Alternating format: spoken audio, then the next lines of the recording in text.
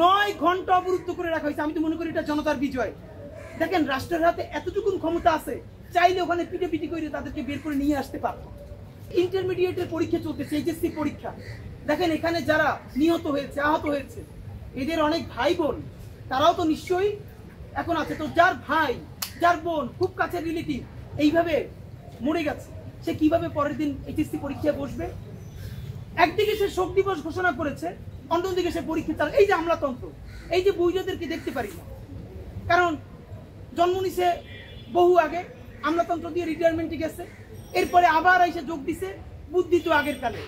আর ভাই এখন ডিসিশন নিতে হয় 5 মিনিটে। এখন অফিসিয়ালি সেট আপ কইরা তারপরে চা খাবেন, বিস্কিট খাবেন, মিটিং করবেন, এই দিন নাই। এখন হোয়াটসঅ্যাপে গ্রুপ করলে মানুষ 1 মিনিটে সিদ্ধান্ত নেয়, গুরুত্বপূর্ণ ডিসিশন নেয়। আপনি শোক দিবস ঘোষণা করেছেন, আপনি সাথে সাথে কি করবেন? সারা বাংলাদেশে পরের দিন শিক্ষা প্রতিষ্ঠানকে আপনি দোয়ার আয়োজন করতেন, যে সকল শিক্ষা প্রতিষ্ঠানে দোয়া হবে, ক্লাস হবে না, শেষ। ঢাকা বোর্ডে আপনি পরের দিন পরীক্ষা স্থগিত করে দিতেন। সারা বাংলাদেশে দরকার নাই, শুধু ঢাকা বোর্ডে, যে ঢাকা বোর্ডে সবাই দোয়া করবে, পরীক্ষা স্থগিত না। একদিকে আপনি শোক দিবস ঘোষণা করলেন, এই দগদগে আমরা তো জানি না এখানে কার কার আত্মীয় এইচএসসি পরীক্ষা। এইটা আমরা সবাই মিলে রাত্রিরে কথা বলতে বলতে রাত্রি 3টের সময় সিদ্ধান্ত আসলো, পরীক্ষা 10টায়, সকাল 8:30টায় ওয়েবসাইটে নির্দেশনা আসলো। এটা কি ভাই? এইটার কারণেই তো পরবর্তী দিন দেখেন ছাত্রলীগ, গুন্ডা লীগগুলো গাজীপুর থেকে আরো বিভিন্ন জেলা থেকে লোকগুলো পাঠাইয়া আমাদের মাইলস্টোনের শিক্ষার্থীরা যখন শান্তিপূর্ণ আন্দোলন করতেছে, সেইখানে সেগুলো ঢুইকা তারা কোথার মধ্যে কি বলে, আমরা হাসিনার ফিরিয়ে আনবো। কত বড় পথ পাই দেখেন।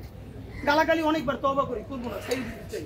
নিজেরও ছেলে হইছে, এখন তো একটা বয়স আসছে, গালাগালির তো একটা পর্যায়ে আছে, কিন্তু গালি তো না দিলেও এখন গুণে হয়, এমন পর্যায়ে আসছে। মানুষ গেছে মই রোগ আছে, ঘর পড়ার মধ্যে আলু পোড়া দিচ্ছে, বলে হাসিনার ফিরিয়ে আনবে। হাসিনা তোর জায়গা মতো ঢুকিয়ে দেওয়া দরকার ছিল সাথে সাথে। আমরা নিজেরা শিক্ষা সচিবের পদত্যাগ চাইছি, পদত্যাগ করানো হয়েছে, সবাই মিলে সচিবালয়ের মধ্যে ঢুকছে। কিরে ভাই, আর এই সরকার ভালো হয়েছে, মব করে না, এখন তো নিজেরাই সবচেয়ে বড় মবের শিক্ষা মন্ত্রণ সেখানে গিয়া পিটি করতেছে।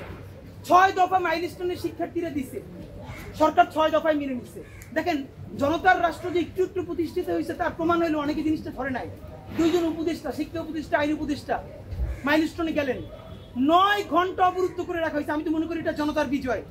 দেখেন রাষ্ট্রের হাতে এতটুকুন ক্ষমতা আছে, চাইলে ওখানে পিটি করে তাদেরকে বের করে নিয়ে আসতে পারতো। এটা তো সরকারের এই ক্ষমতা ছিল, কিন্তু এই যে সেইটা না করে 9 ঘন্টা তারা অবরুদ্ধ থাকলেন জনতার কাছে। এই যে ক্ষমতাসীনরা জনতার কাছে ছোট হয়ে থাকা, এইটাই জনতার রাষ্ট্র। এই রাষ্ট্রই আমরা বানাইতে চাই। আমরা বিএনপিরে বলতে চাই, আপনারাও যদি এরকম ভুল করেন, জনতা আপনাদেরকে আটকাবে, তখন ছাত্রদল, যুবদল পাঠাইয়া বা জামাতের কেউ আটকা পড়লে শিবির বা জামাতরে পাঠাইয়া পিটি করে মুক্তি পাওয়া যাবে না। বুঝাইতে হবে, হাত পা ধরতে হবে, প্রয়োজনে একদিন অবরুদ্ধ থাকতে হবে, তারপর বেরিয়ে আসতে হবে। এটাই জনতার রাষ্ট্র, এই রাষ্ট্রটাই আমরা চাই। এবং আমরা সরকারকে ধন্যবাদ জানাইতে চাই যে তারা শত ঝুঁকি থাকা সত্ত্বেও মাইলস্টোনে গেছেন এবং অবরুদ্ধ থেকেছে। এটা তো একটা, আমরা তাদের প্রশংসা করছি।